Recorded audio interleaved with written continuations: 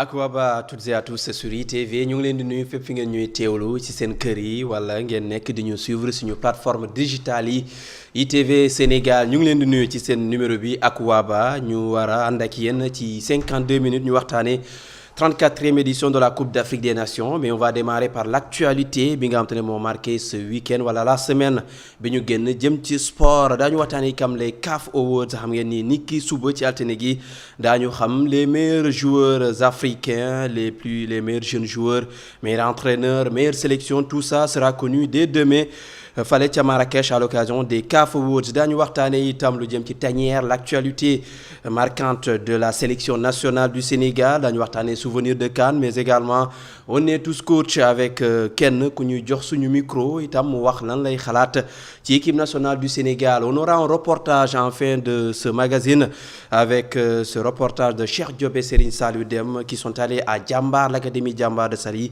qui est une référence en termes de formation au Sénégal et pourquoi pas en Afrique ñu ngi leen di nuyuwaat ñu nuyu suñu ñi ñu àndal ci plateau bi le doyen Abdoulaye Dabo.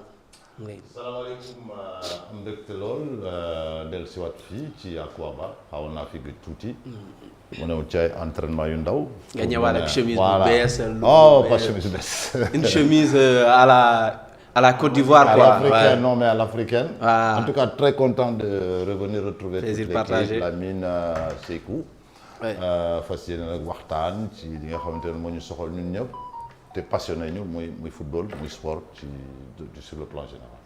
Baye Ndiaga ak Modou Xénine ñoo nekk ci technique bi et puis ci caméra bi Cheikh Tidiane Mandiang ñu ngi la joyeux anniversaire waxal merci rek ñu jàll ci leneen.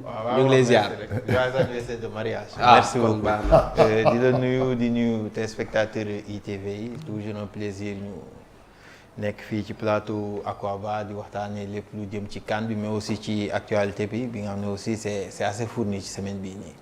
digital Mboup moom itam da nga koy tudd parce que moo tax ngeen ñuy suivre ci réseaux sociaux yi plateforme digitale yu ITV dañuy démarrer ak actualité avec la Ligue 1 et la Ligue 2 d'abord la Ligue 1 avec cette 7e journée bi nga xamante ne jeex na niki sànq ni am na lu bougé Baye Ndiaga boo ñu mënee may déjà les résultats parce que ça va prendre quelques minutes pour qu'on en parle déjà Teungueth FC avant le classement Baye Ndiaga bu ñu mënee am les résultats voilà Jamono de Fatick le promu qui a tenu en échec le leader avant donc cette journée du Dakar Sacré-Cœur et puis Teungueth FC qui enchaîne encore avec un autre succès ñu gagné US Gorée 2-0 Génération Foot et Linguère se sont quittés bons amis 0 but partout 1-0 en faveur de l'AS Pikine qui a inscrit ce but dans les derniers instants de cette rencontre et puis le Jaraaf qui est allé achever ki nga xamante ne mooy Casa Sport qui est en train de vivre une période assez compliquée on va en parler d'ailleurs avec le limogeage de Ansou Diadhiou et puis il y a le Stade de Mbour un but partout diggante ma Jambar entre Mbour waaye US Ouakam la surprise qui bat Guédiawaye Football Club sa première défaite de la saison le classement léegi Baye Ndiaga avec Teungueth FC qui est leader de la Ligue 1 après seulement 7 journées 15 points et puis Jaraaf qui ci topp mooy 13 points même nombre de points que Dakar Sacré-Cœur ci suuf on retrouve le Casa Sport qui a toujours 2 points on parle d'abord de Teungueth FC mi nga xamante ne qui enchaîne en tout cas depuis c'est la fin de saison l'année dernière la Coupe de la Ligue remportée et puis ça enchaîne avec les Rufisquois yi nga xamante ne Cheikh Gueye moo leen yor. waaw on sent la patte Cheikh Gueye parce que là comme ni nga ko waxee ils ont enchaîné de bonne deuxième partie de saison après ñu jël Coupe de la Ligue bi automatiquement ci reprise bi il remporte le trophée des champions face à Génération Foot. Là sur le début de saison on sent qu'il y a une certaine constance dans le choix des hommes dans le système on sent que cette équipe a bien emmagasiné les principes de jeu de Cheikh Gueye moo tax dafay feeñ carrément ci par rapport ak yeneen équipe yi parfois ils se cherchent mais alors que Teungueth FC déjà ils se sont trouvés Cheikh Gueye déjà le recrutement soo xoolee points yi mu jënd il a acheté Abdoulaye Ka chaînon manquable Abdoulaye Ka ak Bonaventure Fonseca la ñëw andi doublette milieu de terrain bi loolu rek moo ci changement majeur donc on sent une équipe bi nga xam ne elle est parfaitement bien structurée moo tax dafay feeñ on voit un autre joueur qui est en pleine bourre muy Mbaye Jacques Ndiaye qui en est à 4 buts et 3 passes décisives en 7 matchs donc c'est un joueur bi nga xam ne actuellement le nouveau maire de Rufisque qui est qui est déterminant ci début de saison. Ça ne me surprend pas parce que Teungueth FC, on sait que depuis quelques années, depuis l'année Covid, on sent qu'une équipe qui impose sa patte dans le landerneau du football sénégalais. Déjà, ils ont remporté tous les trophées possibles. Ligue Pro Tech, Ligue Pro Fédération, ils ont remporté le championnat, ils ont été vainqueurs de la Coupe du Sénégal, vainqueurs de la Coupe de la Ligue, vainqueurs du Trophée des Champions. Donc, ça montre que c'est une équipe qui monte en puissance et sur laquelle on peut compter dans les prochaines années. On va parler d'un autre club, le doigt Abdoulaye Dabo Khamnako. Si on vous dit qu'à l'heure actuelle, Casa Sport est dernier du classement avec seulement 2 petits points en 7 journées, c'est-à-dire que le Casa au moins perd 20 points, gagner. Oui, c'est vrai que bon, situation Casa, sportif, ham football, dit qu'on suit. Casa, nous avons joué plus de 5 journées. Casa n'est à la queue, parce que c'est une équipe qui est restée constante dans les résultats. Ça a eu championnat, championnat toujours amené le. Et puis non seulement du point de vue des résultats, de donner football, quoi. Ça faisait plaisir. Casa Foko cette année. Tu avais du jeu, tu avais une équipe engagée, tu avais de l'ambiance. C'est la seule équipe qui am tout le temps. Bon, la vie d'une équipe, c'est pas un long fleuve tranquille. Il y a souvent des... Bon, voilà, des fois, il y a des remous. Il s'agit... mais comme remous, ça arrive en début de saison, je pense qu'il faut maîtriser les choses assez tôt. Dire quelles sont les solutions qui s'imposent pour que Casa n'ait 4 Moussemel, parce que ça a toujours été une grande équipe de par son organisation, de par ses résultats. Voilà, Libo a même tout le temps devenu on est obligé de réfléchir. Est-ce que c'est l'environnement qui a changé? Est-ce que c'est le discours technique qui n'est pas là? Est-ce que c'est les moyens qui manquent? Est-ce que c'est la fin d'un cycle? Finalement, tu peux approfondir la réflexion et pendant qu'il est encore temps, parce que voilà, c'est vrai que les gars ont tout, mais ce n'est pas une occasion aussi, ni une raison pour décourager. Ce que je voudrais dire pour terminer, moi, pour Teungueth FC, c'est-à-dire que je rends hommage à ces dirigeants-là pour ce qu'ils actuellement à Rufisque. Pendant des décennies, et des décennies, Rufisque devait poser un problème pour mettre une équipe à Rufisque. Des fois stable, c'était compliqué. Lolo, c'était dû de par sa proximité avec la capitale. Donc la capitale absorbait tout ce qu'il y avait dans un rayon de 30-40 km. Et comme Rufisque était là-dedans, alors toutes les grandes vedettes généraient une idée. Donc stabiliser Groubi, faire que le club n'est que vraiment une propriété. Les gens en ont fait une propriété. Et l'engouement bien autour, c'est vraiment à saluer et j'encourage les uns et les autres pour continuer sur cette voie. Ouais, c'est intéressant. Et puis, on revient au Casa Sport Minga Khamantini sur 21 points possibles de Reclanti gagné. Et une forte décision, une décision pour surprendre Nitibari. Bon, pas forcément Nitibari, puisque quand ça ne marche pas, l'entraîneur, la première tête à couper. Mais quand même, au regard des départs, il y a eu un problème de gestion d'effectifs avec les départs. Et justement, le manager général du club, qui a dit Siaka Bodian a tenu une conférence de presse, c'était pour préciser pour libérer Ansou Diadio et son staff. Le Casa Sport, c'est l'affaire de tous. Et c'est pourquoi tout ce bon monde-là a souhaité qu'avec les amis, que nous puissions dire merci à Ansou, à Maguette, à Suntu. Le club les remercie et se sépare d'eux pour insuffisance de résultats.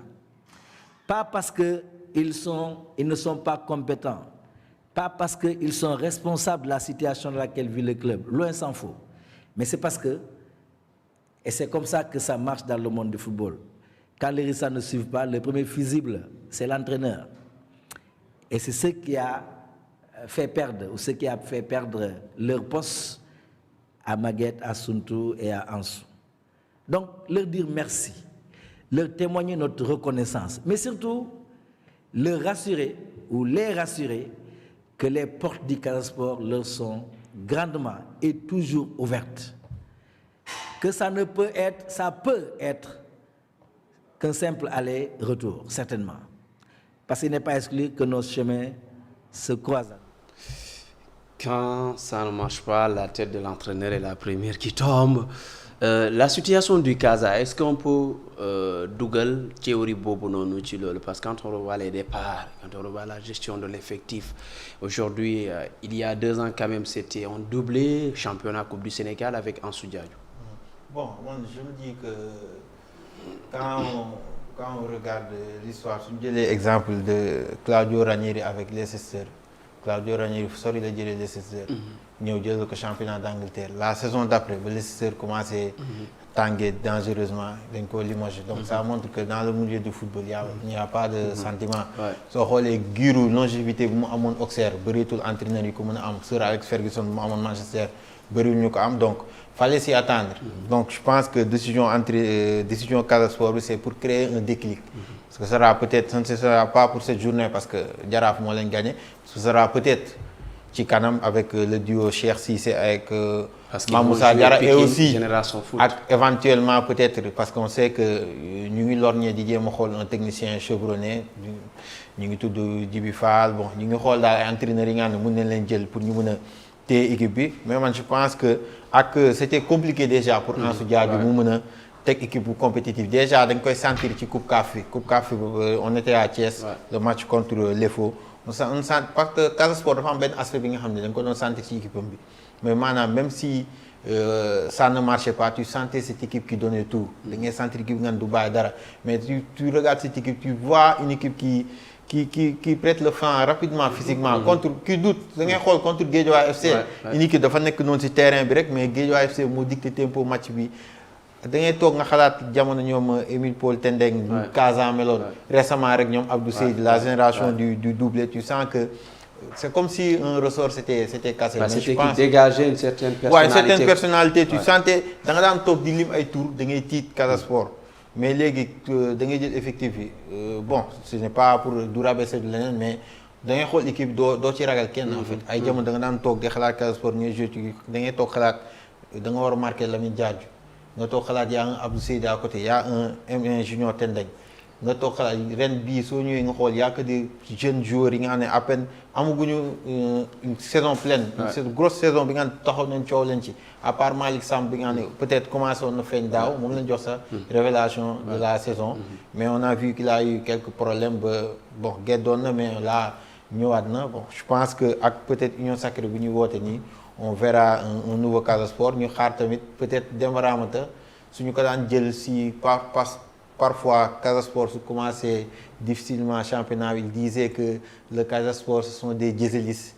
Nank la ñuy jógee pour jéem a atteindre le rythme en deuxième. Il y avait l'effectif, mais là on verra si réellement au Casa Sport ce sont toujours des dieselistes, parce que ci point bi la leen di xaare am na équipe yu bëri nga ne jaar nañ fii te su ma jëlee exemple Pikine, Douane, Gorée jaar nañ fii te deuxième division lañ mujj ñaan ñu loolu Casa Sport, mais pour ñu rebuffé wu foog mu gaaw trop. Est-ce que Casa Sport jëluñu risque bu énorme en décidant de repartir sur une nouvelle politique, beneen organisation, mais derrière ils se séparent de tout leur cadre la majorité n'est pas sortie du pays, ñu ngi fii di jouer contre ñoom. Non mais moo tax ma ne bon c'est vrai que enfin monsieur Bodian l'a dit tout à l'heure, xam nga dañuy wax ne tout le temps quand ça marche pas, bon voilà, il y a un fusible, mais à côté du fusible il y a un court-circuit certainement. Loolu la ñu war a éviter dans les changements d'hommes généralement, parce que place bi entraîneur di occuper dans une équipe, mais elle est centrale. Et les centrales mooy interface entre joueurs yi ak dirigeants yi, mooy parfois interface joueurs yi ak public bi, et puis mooy vitrine bi. Maanaam moom moo yor li nga xamante ne faut la ñuy mën a évaluer Casa Sport dans son évolution, dans son organisation et dans son environnement. Donc le changer, oui, je veux bien. Man li ma jaaxal dafa ne c'est juste pour insuffisance de résultats, mais pas par rapport à leurs compétences. Mais qu'est-ce qui justifie l'insuffisance de résultats? Est-ce que c'est l'incompétence? Est-ce que c'est le manque est-ce que c'est un mauvais management? Ou alors c'est un manque d'autorité? Bon, là aussi il faut qu'on soit clair là-dessus. Moi je veux bien que tu dises tu n'as pas eu tes résultats, mais tu es compétent. Enfin, il y a un dilemme que je ne comprends pas très bien. Dans tous les cas, li ñuy ñaanal Casa rek muy am def nañu ay changements, et pourvu que ce changement soit qualitatif. pour la suite de ce championnat. La suite, c'est en Ligue 2 avec les résultats d'abord Baye Ndiaga ñu seetlu ne ki nga xamante ni mooy NGB ñaari tali dafa jël bopp classement bi ginnaaw bi ñu daanee ki nekkoon leader di Ndiambour biir dëkkam benn bal ci dara. Victoire Thiès FC ci kanam mooy RS Yoff benn bal ci dara mi mu score diggante Kër Madior ak Demba Diop Amitié FC Oslo Football Academy dañoo tembo noonu la demee diggante HLM ak Duc 0 but partout entre l'AS Douane ak SNF c'était le duel des relégués de la défunte saison. Walidane ak AGEL itam 0 but partout ci classement bi NGB ñaari tali bu Modou Xinin moo nekk leader pour la première fois ñu toog fi émission NGB nekk leader ci kanamu Modou Xinin. NGB justement qui daaw yegg nañu Ligue 2 et qui se prépare peut-être bëgg nañu ñëwaat ci première division ci moment yoo xamante ne on parle de réfection du stade de Demba Diop et tout ça et le public qui revient petit à petit dans le football sénégalais ça pourrait être quand même une belle chose pour le championnat. Ça pourrait être le bon moment pour NGB. Je salue ce retour de NGB dans le milieu professionnel parce que dañoo wàcc national 1 automatiquement ñu yéegaat te am na équipe yi nga bëri yi nga xam ne bu ñu wàccee national 1 rek ñu si bëri dañuy disparaître. On prend l'exemple pas disparaître carrément mais dañ di fàtte comme la Jeanne d'Arc. Heureusement ba ñaari tali tombé ci piège boobu noonu on a vu les efforts yi nga xam ne consentir nañ ko pour egsi à ce niveau on voit le terrain d'entraînement bu ñu am et juste à côté aussi ñu am ay locaux yi nga xam ne fa la ñuy regroupement yi fa la ñuy nekk seen joueurs yi fa la ñuy nekk te loolu c'est une très bonne chose. Championnat dafa soxla genre équipe yooyu noonu genre équipe yu mel ni ñaari tali et surtout ak Demba Diop bi nga xam dafa war a ubbiwaat d'ici peut-être 2 ans nga xalaat Demba Diop war a ubbiwaat ñu jouer fa un Jaraaf ñaari tali Wakaam loolu c'est ligue bi moom mooy tàccu et ce sera très très bénéfique pour le football sénégalais duñ mën a contenter uniquement des 15 000 supporters yi nga xam ne Pikine moom la drainer et moom la ñuy wax moom mooy le champion de la mobilisation. Ouais, meilleur public Pikine on vous rappelle que ci après li nga xam te ne mooy souvenir de CAN vous aurez notre Diarra du net qui nous réserve mais énormément de surprises tey lu muy andi doyen Dabo dina kontaan. On va parler des CAF Awards xam ngeen ni ki suba dinañu amal CAF Awards yi fale ca Marrakech. Le Sénégal est finaliste ci 3 catégories meilleure sélection meilleur entraîneur meilleur jeune joueur avec Lamine Camara ak Amara Diouf meilleur entraîneur c'est Aliou Cissé et puis meilleure sélection avec l'équipe nationale du Sénégal mi nga xam te ne moo nekk 8e de finaliste mondial. Qualifié à la prochaine CAN, c'est ce qu'on a réussi entre-temps. Il n'y a pas une autre prouesse puisque la CAN c'était avant et on avait remporté le titre de meilleure sélection. Et justement demain Lamine Camara, Amara Diouf, c'est sûr que kenn ci ñoom dina ko gagner. Qu'est-ce que ça peut représenter des jeunes comme ça qui sont propulsés comme ça? Non mais c'est extrêmement important, non seulement pour ñoom mais pour le pays et pour nos équipes nationales notamment parce que ñoom dañu nekk à cheval entre 2 sélections même bu fekkee ne ils sont beaucoup plus maintenant du côté de la sélection dañ ci xaar lu baax loo xamante ne ça nous arrange tous parce que c'est un grand moment du football africain tout le gratin se retrouve tous ceux qui ont marqué la saison ci lañ leen di sargal ñu ñaan yàlla nag Sénégalais yi bokk ci parce que boo fàttaliku daaw bi muy am vraiment disons que Sénégal dafa raflé yëpp quoi. Alors xëy na bon les choses ont changé peut-être que li ñu doon yaakaar yëpp à commencer par Sadio Mané déjà qui était Ballon d'Or qui ne le sera plus. Bon on va se contenter aussi du prix d'excellence de Macky Sall peut-être parce qu'après tout il sera parmi les lauréats. Alors bu ñu naree am benn moom mu nekk ñaareel bu ñu naree am ñett moom mu nekk ñetteel non. En fait je veux dire tout simplement que c'est un grand moment on attend beaucoup déjà que nekk ñi nga xamante ne dañ leen nommé nga dem c'est déjà génn nga dans un lot important donc vraiment suñu présence sur les podiums africains c'est ce qui nous vaut notre présence pendant les grandes cérémonies de récompense qu'on a vraiment nos tout neveux accompagnent ces jeunes-là qui voilà méritent aussi tout cet espoir qu'on place en eux. Et justement Lamine Camara Amara Diouf kenn ci ñoom mën na ko gagner on parle de Lamine Camara qui part largement favori au regard de ses performances individuelles et également collectives ci at mi. Waaw Lamine Camara il part favori déjà il termine meilleur joueur de la CAN U20 en plus il fait partie du top 3 des meilleurs joueurs du CHAN et man je pense bien que c'est juste pour ne pas frustrer les Algériens, mais je pense que Lamine Camara était meilleur que Mezack bi nga xam ne moom lañ tànn comme meilleur joueur. En plus on voit son intégration express à Metz. mooy ba ñuy nekk Ligue 2 parce que soo xoolee ci critères yi loolu la ñuy xaw a jël en compte. loolu yooyu noonu yëpp en plus soo compter tamit lu mu ñëw sélection rapidement mu intégré wu sa deuxième sélection mu dugal son premier but rek loolu je pense que doy na pour ñu jox ko meilleur jeune joueur alors que soo defee la comparaison avec Pape Matar Sarr n'avait pas autant brillé que lui. Peut-être benn concurrent lui am muy Abdé Ez mooy le Marocain et il aura peut-être l'avantage d'être à domicile. Il y a aussi le fait qu'il a été le meilleur buteur de la CAN U23 loolu tamit day xaw a peser sur la balance parfois tamit CAF doo comprendre vote yi ñu muy demee déjà le top 3 du Ballon d'Or je ne comprends pas le choix d'Hakimi ñu bàyyi fa Bonou je ne comprends pas loolu andi na coow déjà l'Algérie va boycotter parce que nee neen pour ñoom c'est une insulte le fait que Mahrez ne soit pas sur le podium des finalistes pour le titre de joueur africain de l'année bon même si je pense que c'est excessif. Distinction yi nag moom moo mel noonu en fait. C'est vrai que Riyad Mahrez ci la ñu gën a compté woon pour le Ballon d'Or. Mais il y a aussi le cas de l'USM. L'USM d'Alger avec tous les résultats qu'il a fait bokkul ci parmi les clubs. Et USM boo ko jëlee il y a son entraîneur il y a un jeune aussi dont j'oublie le nom. qui aurait parmi les finalistes. Voilà mais bon. Comme c'est une affaire algérienne, donc ils vont être aux abonnés absents. Mais c'est dommage quoi pour ce Ballon d'Or parce que bon, guerre de Moussoutiam quoi. Mais bon, ça c'est un autre problème. On attend de voir ce que ça va donner. Alors, on va parler d'une autre actualité, c'est le basketball avec la fin de carrière NBA de Gorgui Sy Dieng, le capitaine des Lions, mi nga xamante ni avec San Antonio daal di ne arrêté d'ailleurs il va intégrer li nga xamante ne moo di équipe boobee en tant que représentant basketball au sein du club di ab mbir moo xamante ne dañ ko créer pour recaser ko si on peut le dire comme ça. Il a fait 10 ans NBA, il a été drafté en 2013 21e position ci choix yi par Utah Jazz. Il est passé par Minnesota, Memphis et puis il a fait Atlanta avant muy ñëwaat encore ki fi nga xamante ne mooy di San Antonio. C'est quand même une carrière boo xamante ne 10 ans c'est pas n'importe quoi. C'est hein? 10 ans comme ni ngay waxee naan 10 ans ce n'est pas des lol.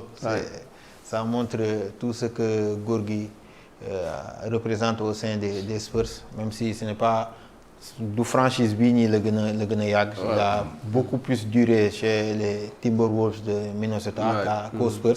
Mais on sent ce respect réciproque entre les deux parties. Déjà le fait que ñu bàyyi ko mu continuer di entraîner foofu noonu rek ça a été déjà une bonne chose parce que déjà il a une maison au Texas. Là après ñu ñëw ñu dugal ko ci staff bi déjà Gorgui c'est lui qui avait sur le papier bii di relater sa fin de carrière ñu wax ni moom il a voulu travailler gratuitement mais ñoom ñoo bañ imposer ko nii dañ koy fay un salaire. Et on a vu le témoignage de Greg Popovich. Il y a aussi le témoignage de Victor Wembanyama bi nga xam ne il parle de l'aspect basket l'approche basket de Gorgui Sy Dieng. C'est un grand monsieur du basket. Et peut-être on a vu venir cette retraite parce que déjà le fait que mu ñëw dugg ci bureau fédération sénégalaise de basketball rek da doon c'était une sorte de prémonition par rapport ak futuram. Il part avec un gros regret. Je suis sûr que suñ ko laajee loolu mooy son plus gros regret mooy le fait de ne pas avoir été champion d'Afrique avec l'équipe nationale du Sénégal.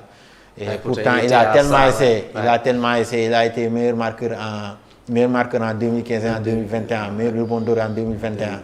Je pense même que 2015 bu doon 2015 bu doon ñoo jël coupe bi je pense bien que mu leen doon jox MVP. Il a tout fait mais maintenant je pense que il va se mettre en retrait, essayer de pousser les jeunes joueurs. On a une bonne génération. Il suffit juste d'un bon management pour qu'on puisse mettre fin à ce 17 de 26 ans. Alors, on rappelle que Gorgui Sidien, il est donc comme Afrobasket. Il a disputé 3, 2015, 2017, 2021.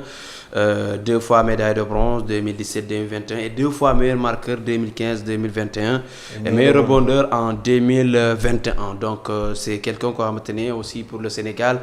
On a envie de dire merci. Merci pour tous les services rendus au basket sénégalais d'une part. Merci également d'avoir été le porte-drapeau d'un pays au plus haut sommet de ce qui se fait de mieux au basket dans le monde au niveau de la NBA. Évidemment, il y a les qualités du sportif, il y a les qualités de l'homme, hein, parce que Gorgui c'était un sportif, oui, sur le terrain, dans la vie, c'était un très grand cœur qui a toujours fait de bonnes choses pour son pays. Donc on a envie de lui dire merci, même Boufekene, sa carrière sportive en tant que telle n'est pas totalement terminée. Il reste au service du basket, ça veut dire que ça reste un homme passionné.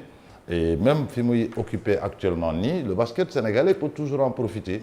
Parce que moi, il s'est toujours donné corps et âme pour le basket sénégalais. Merci Gorgui, voilà, ça continue, on peut toujours profiter de son expérience et de son engagement pour son pays. Merci Gorgui, comme nous on va donc passer à une autre rubrique, actualité, on ferme cette fenêtre, on va passer à la tanière.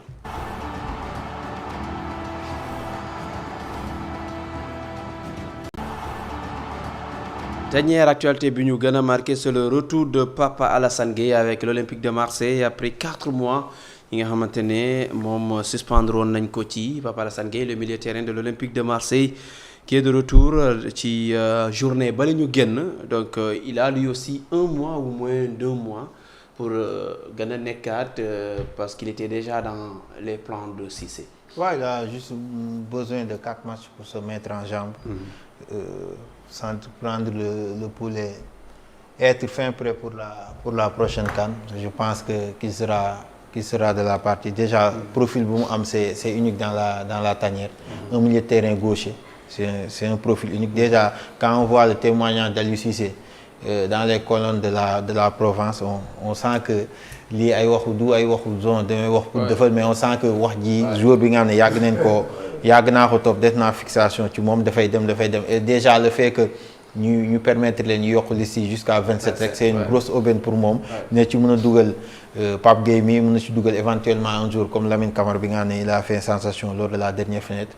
C'est une bonne recrue mën naa ne pour l'Olympique de Marseille parce que ils ont besoin d'un joueur de ce calibre. Déjà avec Kondogbia bi nga xam ne fan yi physiquement il est déjà les 2 derniers matchs il était forfait. Pape Gueye ñaari match yëpp keroog contre Lyon dugg na deuxième mi-temps, tey contre Lorient encore duggaat na deuxième mi-temps. Ça montre que Gattuso compte sur lui. Et peut-être que yeneen match on pourra s'attendre à ce qu'il soit titularisé. Et c'est une aubaine pour Aliou Cissé parce que le fait que mu gis beneen milieu de terrain bi nga xam ne mu grappiller du temps de jeu à côté, il y a Nampalys qui joue régulièrement à Lens, Idrissa Gana Gueye, Lamine Camara, ainsi de suite. Presque les milieu de terrain yëpp ñu ngi jouer. C'est une bonne chose, surtout que ñun xam nañ ne Sénégal lu ñu mën a jox coupe bi ce n'est pas devant mais surtout derrière. Et le retour de Papa Alassane Gueye. On le salue, c'est un retour. C'est un jeune joueur sur lequel on compte beaucoup. Bon, il avait été question, pas mal de problèmes qu'il a eu à traverser. Mais bon, l'autre dafa bokk ci carrière joueur. Maintenant, un bon joueur, c'est celui qui sait se remettre en cause, c'est celui qui sait s'élever au-dessus des problèmes et c'est celui qui sait marquer son retour dans une équipe. Bon, à quelques semaines de la CAN, on annonce son retour, on applaudit. Lamine, le profil il est très très très intéressant. Et puis la place, il en a pour lui. Donc on en a besoin, ce sont ces jeunes-là qui doivent continuer à maintenir la flamme au niveau de l'équipe nationale. On ne demande pas mieux, d'autant que ce n'est pas une grande première, il a déjà connu une CAN et puis voilà, la tanière il connaît. Donc voilà, on salue, on applaudit et on pense que Limounia Konyop qui rattrape ça le plus rapidement possible. Et tout de suite, la CAN décalée.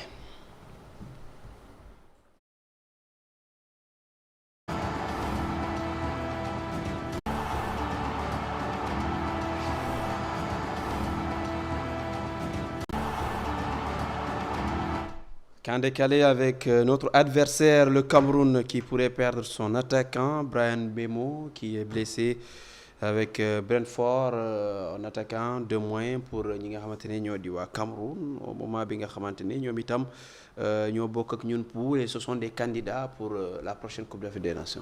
Comme ni ko tubaab di waxee rek le malheur des uns fait le bonheur des autres Bryan Mbeumo moom suñ ko su nekkul ci attaque Cameroun c'est un attaquant de moins. Un attaquant de gros calibre quand même un joueur bi nga xam ne il s'est imposé à Brentford en Premier League le fait que nga imposé du jouer régulièrement en Premier League rek mooy wan ni am na yenn rythme yi nga xam ne attan nga ko te CAN dafa soxla ay joueurs yi am rythme. Il n'avait pas joué contre ñun ba ñuy jouer match amical bi là éventuellement il boite vers le forfait c'est une bonne chose même si on ne se réjouit pas mais le fait qu'on aura un Cameroun sans Bryan Mbeumo de si baax. waaw ñaanuñu ko kenn. La précision waaw. Voilà, loolu moom il faut que ce soit clair sportivement. loolu moom dafa leer. mais nag taxul Cameroun ñàkk qualité ci kaw parce que y a déjà y a un joueur bi nga xam ne mu ngi commencé waat di renaître muy Nkoudou bi nekkoon Marseille qui est actuellement en Arabie Saoudite qui fait partie des meilleurs buteurs du championnat saoudien. C'est un joueur qui a retrouvé de la confiance et qui peut faire très mal. Il y a ici le Camerounais qui est à Marseille. Il y a Mougué. Non, Mougué moom tàngul. Ah bon, Mougué il moom peut ragal le prendre s'il n'y a pas Mbeumo, c'est l'option. S'il n'y a pas Mbeumo, Mougué moom ragal moom. S'il n'y a pas Mbeumo, c'est peut-être l'option. Toko Ekambi, il y a Toko Ekambi, il y a Ngamale, il y a le joueur le milieu de terrain, Baleba, Kignon. Ils ont pas mal de joueurs, de bons joueurs. Mais bon. Mais justement, on a remarqué beaucoup de blessures hein, depuis quelques temps. C'est des forfaits par-ci et par-là. Le Sénégal, bon, croise les doigts. On prie oui, que pour l'instant, loolu la ñu ñaan yàlla ñaanuñu keneen mu gaañu quoi comme je le disais tout à l'heure. Mais en fait c'est un peu comme ça aussi xam nga surveillance bi ak attention bi ñu porté ci joueurs yi actuellement. Tous les Africains, moindre écorchure, moindre truc, vraiment tout le monde en parle. Parce que tout le monde veut récupérer tout le monde en très bon état de santé. Parce que dans un mois, même pas dans 2 semaines maximum, les regroupements fermés vont se faire. Donc avec les trêves, surtout en France et dans certains pays africains, chacun va récupérer ses joueurs. On veut avoir des joueurs sains et saufs pour donner moins de travail aux staffs médicaux. Plutôt pendant la CAN que maintenant. Donc voilà, chacun se surveille. Bon, nous on touche, c'est du bois non ça? Voilà, on touche du bois, c'est du bois et puis voilà, je pense que alhamdoulilah, nous sommes yàlla, pensant que ça va continuer comme ça aussi. Ah oui, sur ce point, ça déjà, on a vu la sortie de l'entraîneur de Montpellier, de Zakarian Lucas. Alors ça, il y a la Diarra du net qui nous regarde et elle a mis des trucs. D'accord. On va vous mettre ça dans les yeux. On va passer à souvenir de CAN. Souvenir de CAN mooy ku ci nekk daf ñuy nettali lu ko gën a marqué ci CAN bu mu seetaan wala bu mu bokk bu mu dem muy journaliste muy sénégalais bu mënta doon moo tax tase nañu ak le président de Bisport di El Hadj Abdourahmane Dieng wax nañu ban CAN moo ko marqué ak lu tax ñu déglu ko.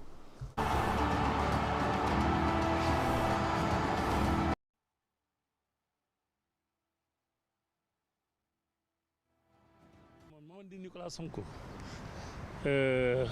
Auparavant, j'étais journaliste, je suis journaliste de formation à Walfadjri précisément.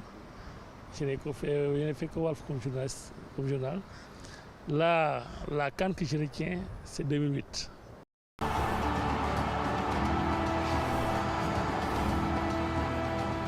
L'âge Abdourahmane Dieng, je suis le président de Bisport Academy. Man maay président Bisport Academy.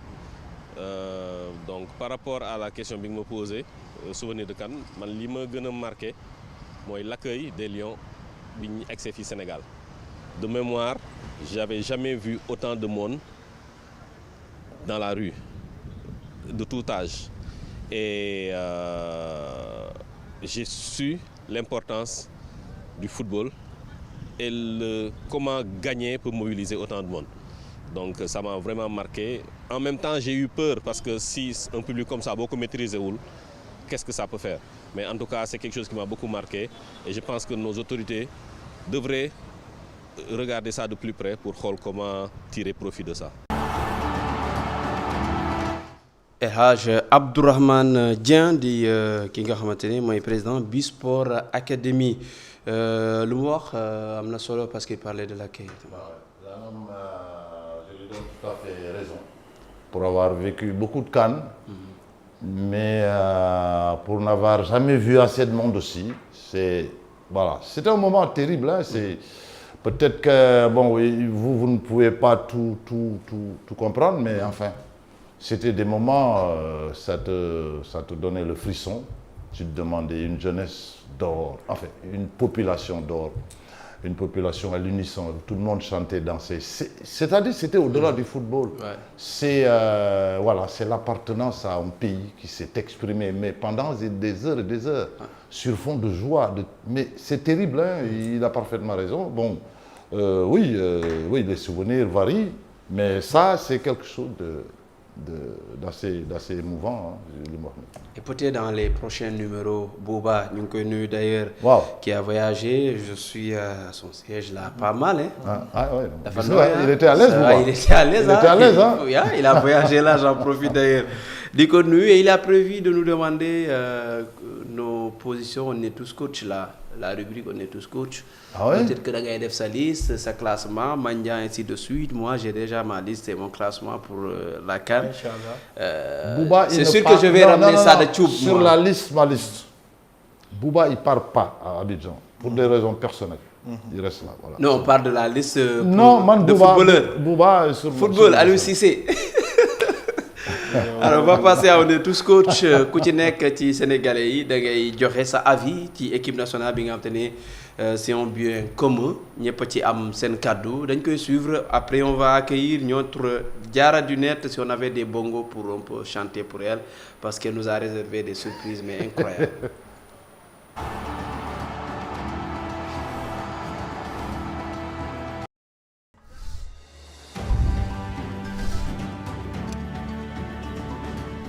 salaamaaleykum Mohamed Seck la pour man sama gis-gis ci équipe bi mooy Aliou Cissé ay convocation CAN bi war na mën a woo joueurs yu baax quoi yoo xamante ne tamit dañuy jëli CAN bi pas muy woo ñenn ñi gis naa ci man sama gis-gis man ci joueurs yi war a dem CAN man Bouna Sarr si la bokk sama première Bouna Sarr te pour man dafa war a ñëwaat ci équipe nationale dafa war a dem si CAN bi war a am Côte d'Ivoire tamit Boubacar Camara war nañoo lijjanti ay dossiers am tamit mu war a demaat si CAN bi incha allah. mu dimbale ñu ci ay Gana Gueye ak Cheikhou Kouyaté ñooñu ay mag lañ nañ may booyee ñu gérer ku ci mel ne Lamine Camara dafa war a ñëw Sabale bi nekk Metz dafa war a ñëw Nampalys Mendy dafa war a ñëw loolu laa gis ci CAN bi quoi. côté classement pour man 4-3-3 la war a classé 4-3-3 la war a classé quoi suñu góolu titulaire nag pour man instant bi Mourou Diaw la war a nekk défense centrale bi Moussa Ndiakhaté Kalidou Koulibaly. Sabale bu fekkee dafa blessé mu andi Bouna Sarr gauche mu teg fa Jackson milieu terrain bi Nampalys Mendy Lamine Camara Pa Matar Sarr ci kaw Iliman Ndiaye Sadio Mané Boulaye Dia bu bokkul mu teg Ismaïla Diop mu teg fii ma naan Nicolas Jackson loolu mooy classement bi ci man sama gis-gis quoi pour man.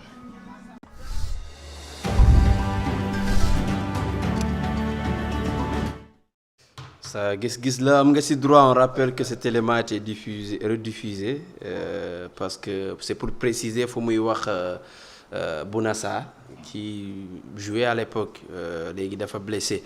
Notre Diarra du net est là. Diarra ñu ngi lay ziar. Ça va? Ça va. On a invité le doyen Dabo, il est là. Une nouvelle chemise hein.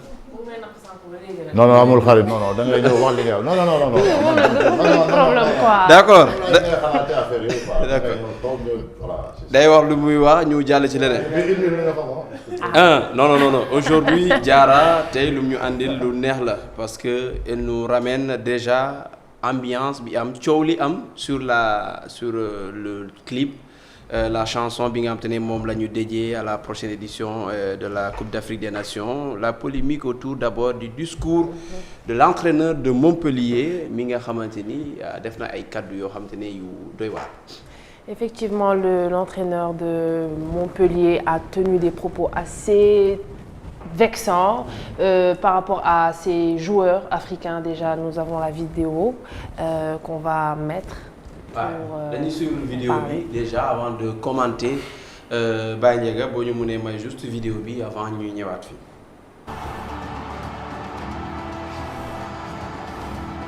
On a trop de joueurs qui sont blessés.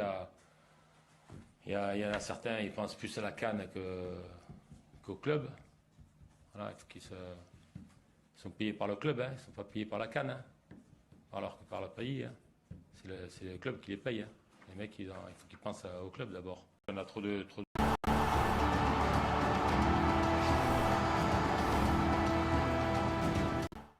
Der Zakarian, c'est son nom. Gis nañu Mamadou Sakho déjà récemment et là il vient ak sortie bi lan la ci nit ñi xalaat Diarra.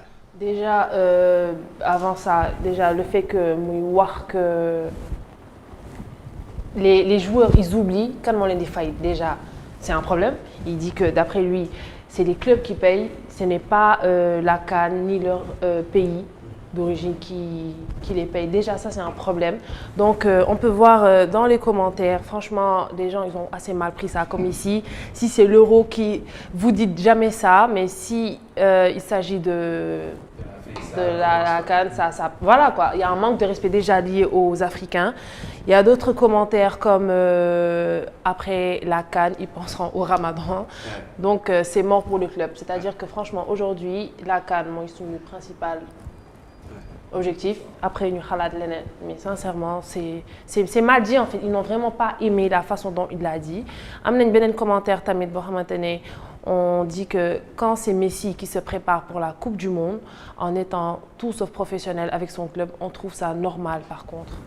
Encore, on est en train de Alors, on a l'impression que Zakarian, il dit tout haut ce que beaucoup pensent tout bas, hein, Magna. Waouh, presque à chaque CAN, ce sont les mêmes polémiques. Je me rappelle de la polémique de Jürgen Klopp.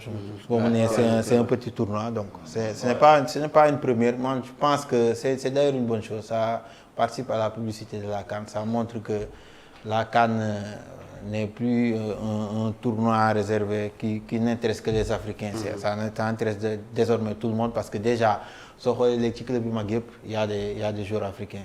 Des joueurs africains fu ñu demee ba Sadio Mané jël deuxième. au Ballon d'Or France Football. Ça montre position bu Afrique am ci football. Maroc dem fii nii lors de la dernière Coupe du Monde. nekk demi-finaliste mujjee quatrième. moo wax ne football africain du nekk juste pour nekk ay observateurs. mais plutôt pas des suiveurs mais des décideurs. plutôt donc côté boobu noonu moo tax nag siisu bi na ci am et c'est compris CAN su ma gisee déjà ñun africains yenn saa ñu du dimbali suñu bopp CAN janvier la mën a am suñu bëggee jël CAN di ko def juin on exclut l'Afrique subsaharienne déjà donc soo bëggee loolu di def CAN juin juillet donc Afrique subsaharienne dootu ko organiser peut-être Afrique australe ak Afrique du Nord moo ko organiser nañ continuer di défendre suñu CAN en janvier. Je pense que c'est la même chose. Il y a quelqu'un qui le dit ci commentaire yi Diarra andi bu fekkoon euro la wala benn Messi wala beneen compétition débat bi du posé wu. C'est vrai que la CAN arrive à un moment boo xamante ni club yi moment boobu la ñuy gën a soxla seen jour si tu prends des clubs comme Marseille day perte au moins 5 joueurs yoo xamante ne mën nañ cee dem. Tu as d'autres clubs qui seront sûrement impactés, mais quand même, la faute pas à la CAN. Mais... En fait, c'est pas récent, quoi, Ali. C'est vraiment un vieux problème, c'est un vieux débat qui est toujours là. Nous faisons un gars comme Joseph-Antoine Bell, de donc jouer Maroc, Moutas Moudjel avion, le lendemain il joue à Marseille, Moutas Moudjelat avion. Donc tu vois, et ça c'était déjà en 88. Donc ça veut dire que c'est pas un vieux. Mais il y a une seule réponse. C'est une question centrale. C'est un choix à faire entre le fric et l'Afrique. Il faut prendre l'Afrique. C'est aussi simple que ça. C'est entre l'employeur et le pays. Mais on a vu quand même des joueurs qui ont maintenu finalement avec cette pression. Il y a des joueurs qui ont au CAN en 2022, il y a eu ces cas-là, en 2019 également, qui a eu des fois de présenter. Ouais, je pense que parfois c'est un manque de patriotisme. Il faut d'autorité. Parce que déjà il y a la Coupe d'Asie qui se déroule presque à la même période, mais mais les CAN, il y a une fixation. Donc quand je vois un joueur, il prend la décision de se concentrer sur son club. Sa sélection, ce jour-là, automatiquement, je me rappelle le cas de Brice Diadjedje, Côte d'Ivoire ne est concentré au Marseille foofu année boobu Côte d'Ivoire nekk champion d'Afrique de boobu léegi joué atul Côte d'Ivoire te il a disparu pour le reste. Attention, Lamine, souvenir pour souvenir. Moi, je me rappelle bien que ton coach, il n'est pas venu en 2000.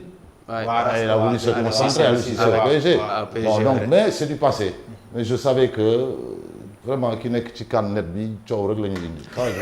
Alors Diarra, ça dit quoi par rapport parce que là, vraiment, c'est... Comment tu peux nous non, l'émission là, je pense qu'il faut qu'on change d'ailleurs ngay njëkkee. Mais comment tu peux nous amener des choses? Non, mais boo njëkkee aussi gars yi dañuy ñibbi. C'est ça. Voilà, c'est comme un peu la star dans un concert. Voilà, le meilleur pour la fin. Alors, on part avec le challenge de l'hymne de la CAN.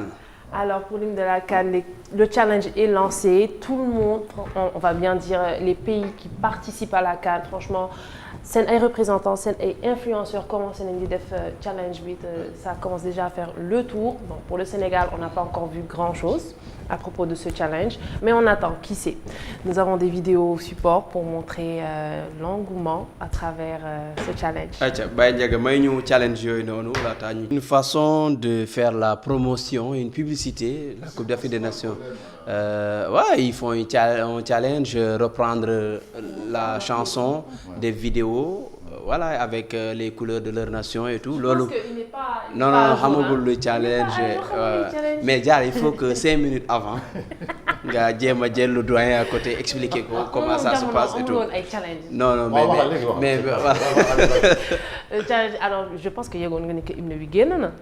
Est-ce que mon yéeg que hymne mi génn? Je ne pense pas. Non, vas-y. Hymne bi daal génn na. Hymne bi daal génn na. Donc voilà. Génn na. Donc tous les représentants, tous les pays se lèvent, ils font la promotion de leur équipe, ils montrent qu'ils sont derrière les supporters. Ils font TikTok, après c'est non, ça va, c'est bon. Et c'est important, ça fait la promotion de Liga Mom Def ci CAN bi parce que également c'est à l'Afrique de faire la promotion de cette compétition. Absolument. Par exemple, boo jëlee benn compétition l'Euro.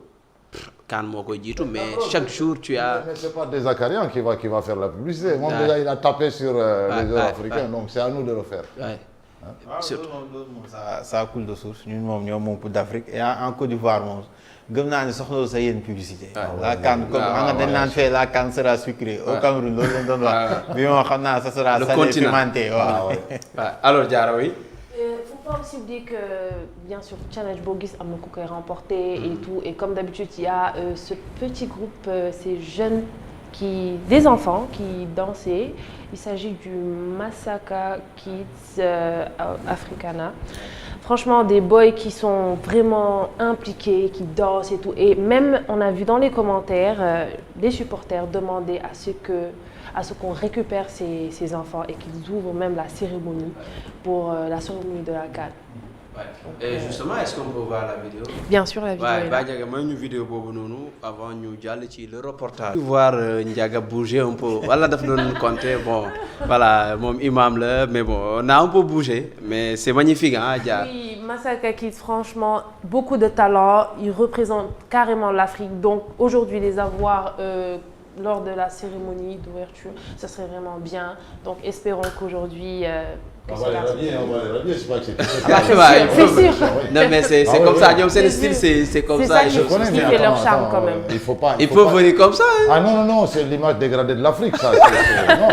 Non, nous sommes les maillots Côte d'Ivoire, mais bon, sommes les maillots, bon, vous tenez. Pourquoi pas les maillots de toutes les nations qui se sont qualifiées? Mais j'aime bien parce que bon, mais c'est pas une Afrique qui danse, c'est une Afrique qui s'exprime.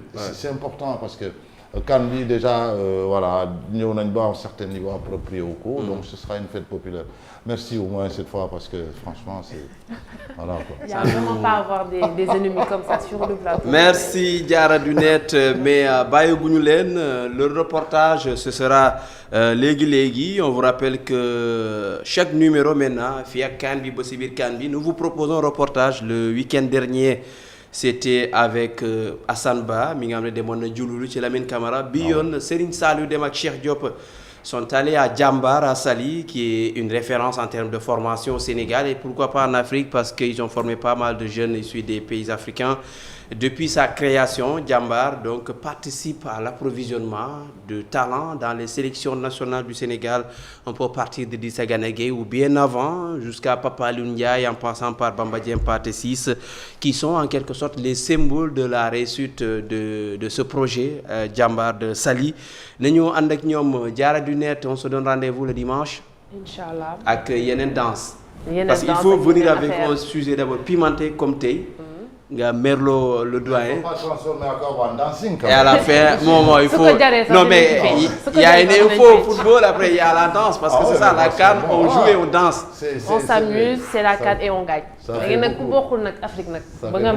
beaucoup d'ambiance, Aïcho, entraîneur. Oui, c'est ça. Après, il y aura également du spectacle, il y aura du jeu. Hein. D'accord. Lamine, jërëjëf ñu bàyyi la nga dem anniversaire. waaw ma dem anniversaire. waaw dafay dem anniversaire. Merci beaucoup, doyen Abdoulaye Daouda. Merci. Ça a été un plaisir de retrouver le plateau de Aquaba avec toujours la même passion, la même ferveur. Et puis voilà, on avance tranquillement vers l'événement tout en ayant l'œil sur l'actualité chez nous. Voilà, ça a été un plaisir de partager ces grands moments.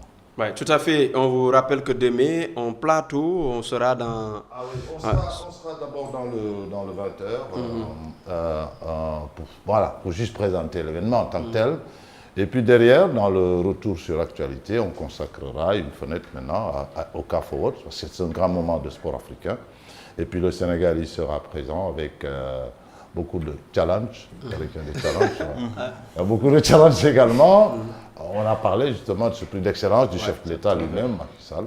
Donc voilà, autant de raisons qui nous feront revenir sur ces CAF Awards. Et vous savez quoi? On est à J-33 de la Coupe d'Afrique des Nations. Donc dans quelques jours avant le dimanche, on sera à moins de quoi? 25 ou quelque chose. Mais la CAN est arrivée. Di jaajëfal Cheikh Tidiane, Baye Ndiaga, Modou Khinine, Mboup, Souleymane mi nga xam ne mooy ci lu jëm ci wàllum digital bi, monteur yi ñoom Masek ak ñëpp ñi nga xam te ne jàpp nañ ci ñu ngi leen di bàyyi ce reportage justement. ligament croisé bi tamit. Ouais, Serigne Saliou Dem moo ñu yónnee yenn images yi depuis chez lui, il a fait rupture des ligaments croisés, il est en rééducation. On l'a taclé ou quoi? Non, oui, il a pris un tac, il est en rééducation parce qu'il faut qu'on le prépare pour la CAN. Il est titulaire.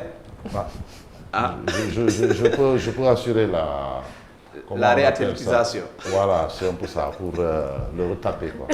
Justement, nous vous laissons avec ce reportage. Il est très intéressant. Restez, vous voulez nous quitter parce que l'émission n'est pas terminée. Avec ce reportage, 10 minutes, vous n'allez pas regretter. Jambar lañ dem, immersion, on a passé une journée avec ñoom Serigne Saliou Dem ak Cheikh Diop dem nañ fa xool Jambar fan lañ toll lu ñuy waajee saison bi, mais surtout revenir sur le projet qui nous a quand même valu énormément de satisfaction. Ils nous ont sorti des champions d'Afrique, Idrissa Gana Gueye, Bamba Dieng, et aujourd'hui on a des jeunes yi nga xam te ne fa la ñu génne ñenn ñi ñu ngi fay génne ba tey comme ni ñu fa amee Pathé Ciss qui sont aujourd'hui en équipe nationale du Sénégal, qui sont en quelque sorte les symboles de la réussite de ce projet. Sans oublier, il y a des jeunes qui sont sortis de Jambar qui ne sont pas devenus footballeurs, mais ñu nekk ci yeneen comme Ali Souleymane qui a aujourd'hui moom la ñuy waxtaane livre bu ñu bind ak notre confrère Ndiassé. ñu ngi leen di bàyyi ak le reportage.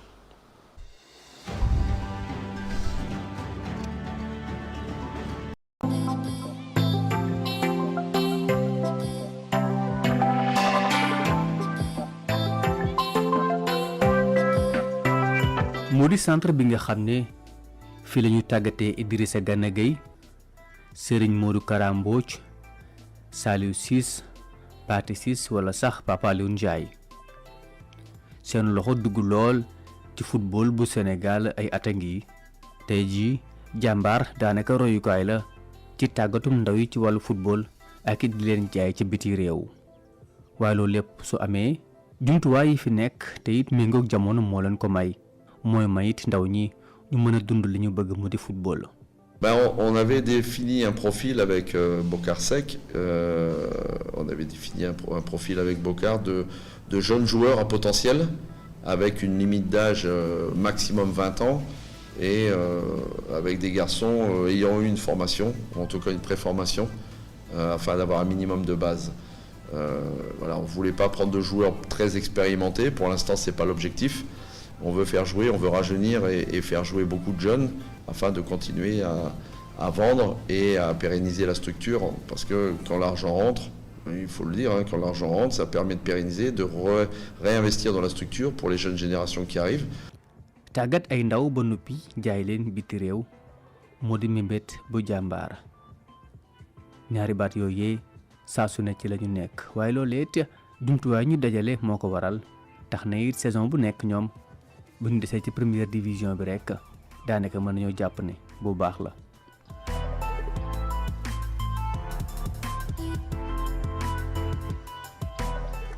non farataal nañ championnat bi Sénégal lañ nekk Jàmbaar c'est pour Sénégal pour promouvoir ay jeunes sénégalais la donc mais objectif yi ñoo bokkul parce que académie ak club traditionnel mënul bokk moo tax ñun dès que y a possibilité rek booy bi mën am chance su am contrat professionnel après dañ koy bàyyi aussi tamit parce que tamit il faut nga xalaat ci avenir u xale bi xalaat aussi ci famille bi xalaat aussi tamit ci environnement ya. at mi ñu génn ñàkk nañu Jàmbaar lu toll ci daanaka fukki joueur tax na it Jàmbaar war a yeesal équipam bi laataa ñuy tàmbali bi ci des waaye jaaxle mën naa bañ a am ndax am na ñu ndaw ñu xarañ lool te it mën a wuutu ñu dem donte ne sax dina xaw a metti ngir tàmbaliwaat loolu lépp nag dañ koy amal yokkit yenn ci joueur yu yees waaye mu ànd ak xel mu dal te it ñu bañ a paraxee lépp. non du doon jafe-jafe parce que ñun aussi mooy suñu métier. C'est-à-dire jël ay jeunes joueurs développer leen donc saison bi ça va être un peu compliqué parce que comme li nga wax on a une jeune équipe ay xale yi loo xam ne fii lañ defee préfo defee fi formation donc du xaw a compliqué trop donc ils vont découvrir dinañ jéem a jàng après aussi tamit c'est à nous aussi tamit ñun ñu jéem a xool nan nañ leen di tàggatee après mettre leen en confiance.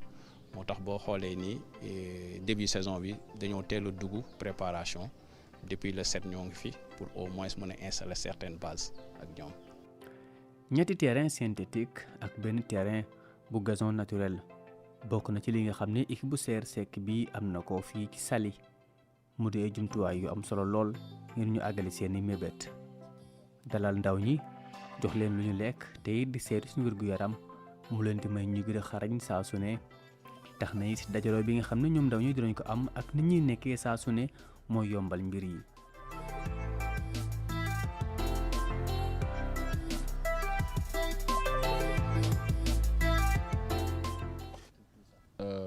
lu ma ko mën a tuddee mooy genre formation comme boo xoolee comme formation européenne la y a tout, am na logement te da ngay sentir sa bopp ci côté football bi yaa ngi progresser yaa ngi liggéey tamit bu baax a baax. ñu jël ñeenteel saison bi ñu génn ci championnat bi Jàmbaar daanaka xeex na championnat bi ba mu jeex tàkk ñetti bëccëg yu mujj la ñu ami jafe-jafe mu tombeek ba ñu ñàkkee yenn ci seeni joueur yi gën a xarañ waaye it liggéey moom tàmbal nañ ko léegi. On fait une préparation très lourde sur le plan athlétique, très lourde. Nos joueurs souffrent beaucoup. En plus, pendant l'hivernage, c'est encore plus difficile. Il fait chaud, il fait humide. Les joueurs souffrent beaucoup, mais travaillent très bien. On a un bon esprit de travail dans le groupe actuellement. Et l'objectif, c'est de charger au maximum pour arriver, je dirais pas prêt lors du premier match, parce que avec une préparation comme ça, il faut toujours 2 ou 3 matchs pour digérer. Mais en tout cas, c'est pour être armé, en tout cas aller jusqu'à la trêve. saison bii ñu dëgmal ñu ngi koy waajal bu baax a baax waaye ba ñu dellusee dañuy def ay test ngir xool ku nekk fan la toll ci wàllu wér gu yaram.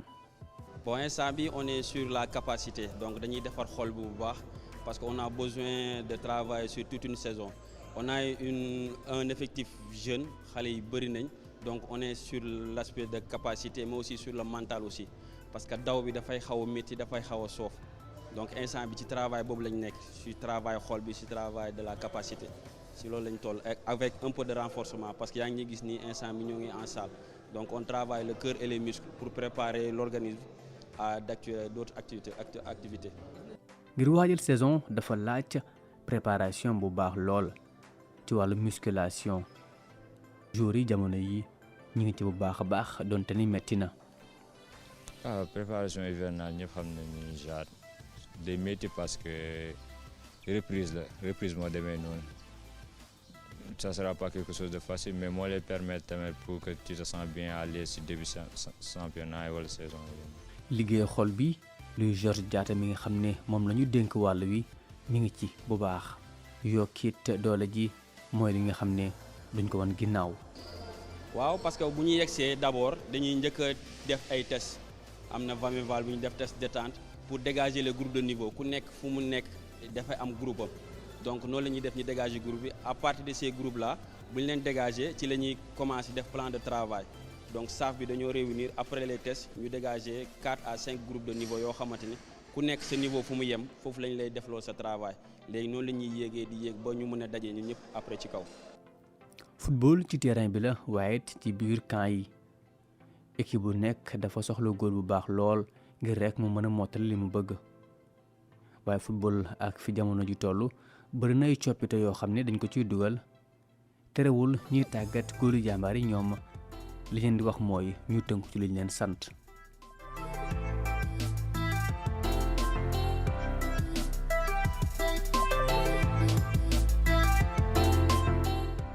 Avant tout li may gën a insister d'abord gardien bi il est là pour garder les buts d'abord dans un premier temps parce que dañ la fa teg pour nga garder but bi mais jeu au pied bi léegi plus la léegi pour un gardien bi dafa dem ba benn instant boo xam ne dafa bokk ci gardien kenn mënu ko dindi mais tamit bu fekkee ne tamit bu fekkoon ne xooluñu critère gardien dëggantaan kon bu boobaa dañuy yem ci jeu au pied rek mën nañ jël un jour de champ dem góolloo ko.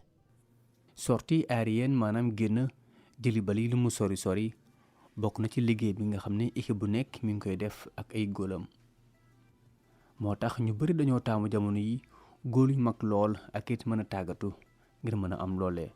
léegi dafa am loo xam ne boo ko amul ci gardien du la mën a rassurer yenn sortie aérienne yi ci 5m50 parce que boo xoolee je prends l'exemple sur Casillas moom mi ngi nekkoon 1m85 mais juste rek 1m85 dafa juste par rapport ak li ñu critères yi ñu gën a laaj parce que góol bu am taxawaay déjà rek dafay xaw a gêner équipe adverse loolu rek d'abord rek dina la xaw a gêner tuuti quoi mais boo amul taille tamit tu auras des problèmes pour prendre des ballons yoo xam ne vraiment dafa xaw a sori tuuti surface bi te doo mën a rassurer sa défense ak sa équipe. tey jii jàmbaar ci wetu yenn ci ay centre de formation fii ci Sénégal am nañu taxawaay bu am solo ci footballu Sénégal njëriñ loolee tax na Bruno Rouar moom jàpp na day yokk doole football bu Sénégal waaye du ko wàññi benn yoon. Moi je pense que c'est une bonne chose parce que la concurrence fait progresser. Moi j'ai pas peur de la concurrence. Quand on n'a pas de concurrence, on se repose. Quand on est seul, on se repose. Par contre, quand on a GF, quand on a DSC, quand on a Amitié qui arrive avec Dembaba, quand on a des équipes qui commencent à très bien travailler chez les jeunes, il y a beaucoup d'académies aujourd'hui comme Afat de Thiès avec Chermain, quand il y a Lusitana qui commence à bien travailler, ils vont pas tarder à monter en Ligue 2. Quand on a ces équipes qui investissent chez les jeunes, ces équipes-là sont dans le vrai. Pour moi, ils sont dans le vrai. Et la concurrence doit nous réveiller et nous obliger à être meilleurs. atum 2023 Sénégal amoon na ay jaloor yu am solo ci wàllu football fii ci Afrique gagné nañu CAN ci ñu mag ñi mu di guléet gagné CAN U17 gagné CAN U20 ak lii di CHAN bi mu di jaloor yoo xam ne football bu Sénégal mi ngi koy am waaye méngoowul ak benn yoon seen jumtuwaay ndax it daanaka dara baaxu ci. bëri na parce que stade yi léegi boo sentir stade yi pelouse yi léegi c'est catastrophique parfois comme bu demee comme bu Guédiawaye bi bu Casa Linguère genre da ngay dem jouer tu sens que c'est injouable doo ci mën a jouer tu te sens pas à l'aise en fait sama sañoon loolu tam ñu gën ci progresser ba championnat terrain yi tamit pelouse yi ak joueurs yi tamit ñu mën a sentir seen bopp pour mën a wane seen bopp bu baax a baax. ñu taxawal ko ci atum 2003 ci diggante président Saër Seck Patrick Vieira Bernard Lama Jimmy Ajubi Boko institut jàmbaar jamono yi nekk na ci ñi nga xam ne ay royukaay lañ ci wàllu formation football jëm ci ndaw ñi équipe nationale yu Sénégal ñi ngi jëfandikoo bu baax a baax li nga xam ne mooy bàyyikoo ci centre yi équipe yu bëri ci dëndu Europe ñu ngi leen fay jaay ci atum 2023 mi dong lu yées fukki ndaw bàyyikoo nañu jàmbaar ngir rek gën a yokk seen xarañte ak seen tàggatu foofee ci dëndu Europe.